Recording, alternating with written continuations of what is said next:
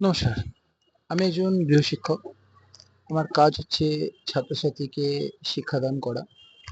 কিন্তু এই মুহূর্তে আমি দেখতে পাচ্ছি যে আমাদের দেশের শিক্ষা ব্যবস্থাকে কিছু অসাধু ব্যবসায়ীরা শিক্ষা প্রতিষ্ঠান খুলে পুরোপুরি ধ্বংসের দিকে নিয়ে যাচ্ছে। আ তার কারণ হচ্ছে যে স্কুলগুলো আজকে আমাদের স্কুলগুলো সব বিক্রি করে।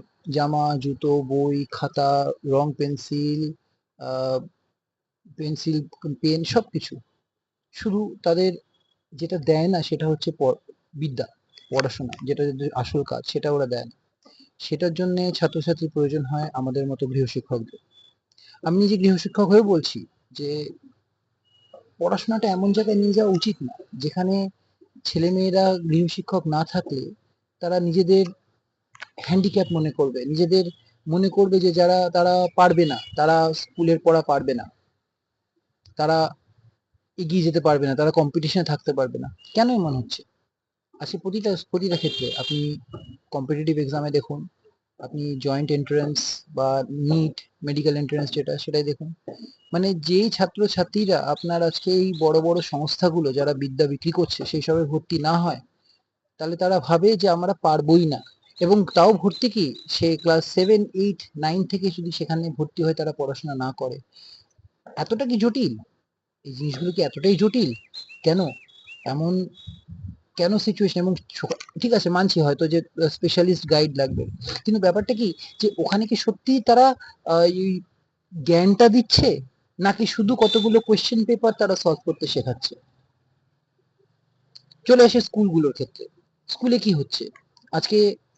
এই যে স্কুলগুলোতে, প্রতি স্কুলে আপনার স্কুলের জুতো স্কুলের থেকে কিনতে হবে, স্কুলের ব্যাগ স্কুলের থেকে কিনতে হবে, জামা কাপড় স্কুলের থেকে কিনতে হবে, বই স্কুলের থেকেই কিনতে হবে, খাতা স্কুলের থেকে কিনতে হবে।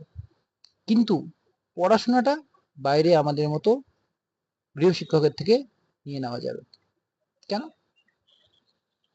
এবং এইটার কিন্তু কোনো বিকল্প ওনারা হলে গিয়ে ভাবছেনই না। ওনাদের কাছে এই যে ছাত্রছাত্রীরা তারা হচ্ছে এখন কাস্টমার। তারা কিন্তু কাস্টমার বা ক্লায়েন্ট, তারা কিন্তু স্টুডেন্ট না।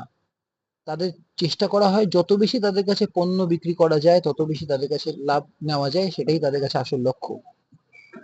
তারা কিন্তু চাইছে না যে এরা শিক্ষিত হোক, এরা পড়াশোনা জানুক। তারা চাইছে আমরা যত বেশি এদের কাছে প্রোডাক্ট সেল করতে পারবো ততই আমাদের মানে সুবিধা, ততই আমাদের লাভ। কেন? এছাড়া স্টুডেন্টদের সিকিউরিটি, স্কুলের মধ্যে এই কয়েক বছর আগে আমরা দেখলাম স্কুলের ভিতরে, স্কুলের অশিক্ষা কর্মীরা যারা ক্লিনার সুইপার তারা হচ্ছে স্কুলের ভেতরে বাচ্চাদের এক্সপ্লয়েট করছে। এই রিসেন্টলি দেখলাম একটি ক্লাসরুমের মধ্যে বসে একটি বাচ্চা গলায় খাওয়ার আটকে মারা গেল। তার ঠিক দুটো বেঞ্চ পাশে বসে টিচাররা বসে গল্প করছে, আড্ডা করছে, তাদের বাড়ির তাদের বাড়ির ঘটনা নিয়ে তারা আড্ডা দিচ্ছে। আর পাশে একটি বাচ্চা গলায় খাওয়ার আটকে সে ধুকতে ধুকতে পড়ে গিয়ে, মর্মান্তিক সে দৃশ্য হলে গিয়ে মানে বর্ণনা করতেও শরীর কেঁপে যায়, মন কেঁপে যায়। এই গত দুদিনের মধ্যে ঘটনা, একটি বাচ্চা স্কুলে, এই আমাদের বাঁশদ্রোণীতে একটি স্কুল মহর্ষি বিদ্যা মন্দির, তাতে একটি বাচ্চা অসুস্থ হয়েছে, তাকে বারবার সে বলছে আমি অসুস্থ লাগছে, তাকে টিচার বলছে যাও শুয়ে থাকো, মাথা নিচু করে বসে থাকো, মাথা নিচু করে বসে থাকো। 6টা পিরিয়ড সে মাথা নিচু করে বসে থেকে থেকে এমন খারাপ অবস্থা হলো, শেষে সে বলছে আমি নিচে নামতে পারবো না ব্যাগটা নিয়ে। তার গায়ে জোর করে সেই ব্যাগটা পিঠে চড়িয়ে দেওয়া হয়, এবং সে যখন সিঁড়ি দিয়ে ব্যাগটা নিয়ে নামছে, সিঁড়ি থেকে পড়ে যায়, গড়িয়ে গড়িয়ে পড়ে গিয়ে তার মাথায় রক্তক্ষরণ হয়। 10 দিন সে কোমায় থাকে, কোমায় থেকে সে মৃত্যুর কোলে ঢলে পড়ে। এটা ক্লাস 3 এর বাচ্চা। এবং তারপরে সেই স্কুলের থেকে বিজ্ঞপ্তি দেওয়া হচ্ছে যে আমরা ভালো সুস্থ বাচ্চা এই বাড়িতে দিচ্ছি, আমাদের সিসিটিভিতে আছে। কোথায় সে সিসিটিভি? কাকে দেখিয়েছে? সে বাচ্চাটি বাবা মাকে দেখিয়েছে? না।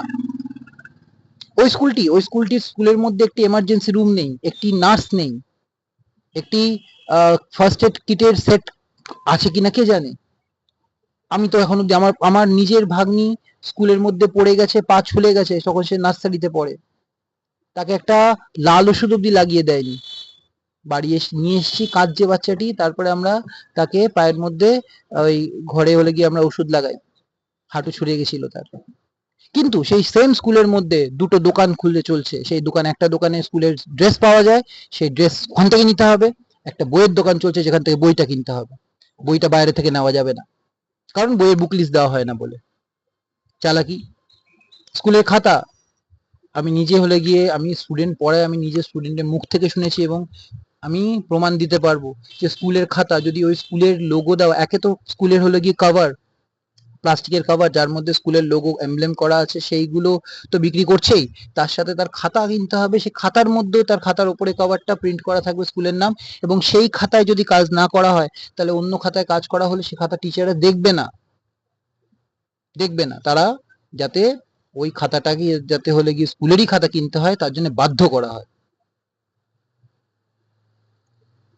সাউথ পয়েন্ট স্কুলের আমি নিজে খাতা দেখেছি, কাউকে হয়তো, হ্যাঁ আমি নাম নিয়ে বলছি, সাউথ পয়েন্ট স্কুলে আমি দেখেছি 5টা 6টা পাতার খাতা, ছোট ছোট পাতলা পাতলা খাতা, সেই খাতার দাম নিচ্ছে প্রচন্ড, আর এবং 5টা 6টা পাতার মধ্যে খাতা। এই হলে গিয়ে ব্যবসা, শুধু ব্যবসা আর ব্যবসা, কিন্তু ছাত্রের জীবনের কোনো হলে গিয়ে দাম নেই, ছাত্রের বিদ্যার কোনো গতি নেই, কিচ্ছু নেই, শুধু স্কুল পয়সা কামানোর জন্য। স্কুল কি একটা ব্যবসায়িক সংগঠন? স্কুল তো একটা, আমি যতদূর জানি ওটা হচ্ছে নন প্রফিট অর্গানাইজেশন, তাতে প্রফিট করার জায়গা নেই, কিন্তু এরা শুধু ব্যবসা করার জন্য বসে আছে। আমি আমাদের মাননীয় মুখ্যমন্ত্রী, মাননীয় শিক্ষামন্ত্রী এবং মাননীয় উইমেন অ্যান্ড চিলড্রেন সেফটি যিনি মন্ত্রী আছেন, শিশু ও মহিলা সুরক্ষার মন্ত্রী যিনি আছেন, তাদের সবার কাছে রিকোয়েস্ট করছি, কাইন্ডলি এই বিষয়টা দেখুন। আপনারা আজকে বেঙ্গল থেকে স্টার্ট করুন, কালকে পুরো ভারতবর্ষ আপনাদের পথ অনুসরণ করে তারাও এটা করবে। স্কুলের এই ব্যবসা বন্ধ হোক, স্কুলকে পড়াশোনা শুধু জন্য ব্যবহার করা হবে, সেখানে ছাত্রছাত্রীরা যাবে এবং তারা সেখান থেকে শিক্ষা লাভ করবে, এবং এমনভাবে তাদের পড়াশোনা করানো হবে যাতে তাদের বাড়িতে প্রাইভেট টিউটার দরকার না পড়ে। আমি নিজে প্রাইভেট টিউটার হয়েই বলছি, প্রয়োজন নেই প্রাইভেট টিউশনের। প্রাইভেট টিউশন স্টুডেন্টকে ডিপেন্ডেন্ট বানাচ্ছে, স্টুডেন্টকে শুধু ওই মানে ভীতু এবং এমন মানে তাকে এমন বানিয়ে ফেলছে যে সে নিজের উপরে আর কোনো ভরসা রাখছে না, আন্ডার কনফিডেন্ট বানিয়ে ফেলছে। তারা ভাবছে যে আমরা পারবো না, কারণ আমাদের স্কুল কলেজ এবং স্কুলের যে পড়াশোনার যে নিয়ম সেটা তারা ভুলেই গেছে কিভাবে স্কুলে পড়াশোনা করতে হয়। তারা শুধু জানে যে স্কুলে যেতে হয়, স্কুলে মাইনাটা দিতে হয়, স্কুলের থেকে বইটা কিনতে হয়, খাতাটা কিনতে হয়, জুতোটা কিনতে হয়, ব্যাগটা কিনতে হয়, ড্রেসটা কিনতে হয়, আর স্কুলে বোর্ডসের যে পরীক্ষাটা সে স্কুলে ফর্মটা জমা দিতে হয়। বাকি পড়াশোনাটা স্কুলে হয় না, ওটা বাড়িতে হয়।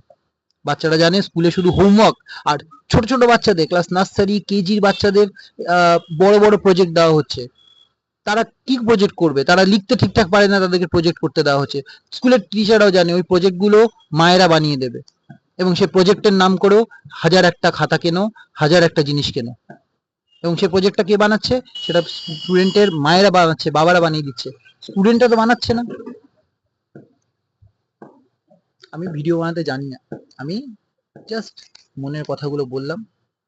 আপনারা যদি মনে করেন যে এই কথাগুলো দাম আছে বা কথাগুলো হলে গিয়ে প্রয়োজন মানুষের কাছে ছড়িয়ে দেওয়ার, তাহলে আপনারা ছড়িয়ে দিন, আমার ভিডিও শেয়ার করুন, না করতে হলে নিজেরা বানান, নিজেরা ভিডিও বানান, নিজেরা শেয়ার করুন, কারণ এই জিনিসটাকে এখন এই একদম বন্ধ করার প্রাইম টাইম চলে এসছে। এই পড়াশোনা নিয়ে ব্যবসা বন্ধ করতেই হবে। ব্যবসা করতে হয়, আলুর দোকান খুলে নাও, পটলের দোকান খুলে নাও, বাচ্চাদের জীবন নিয়ে দোকানবাজি করো না। নমস্কার।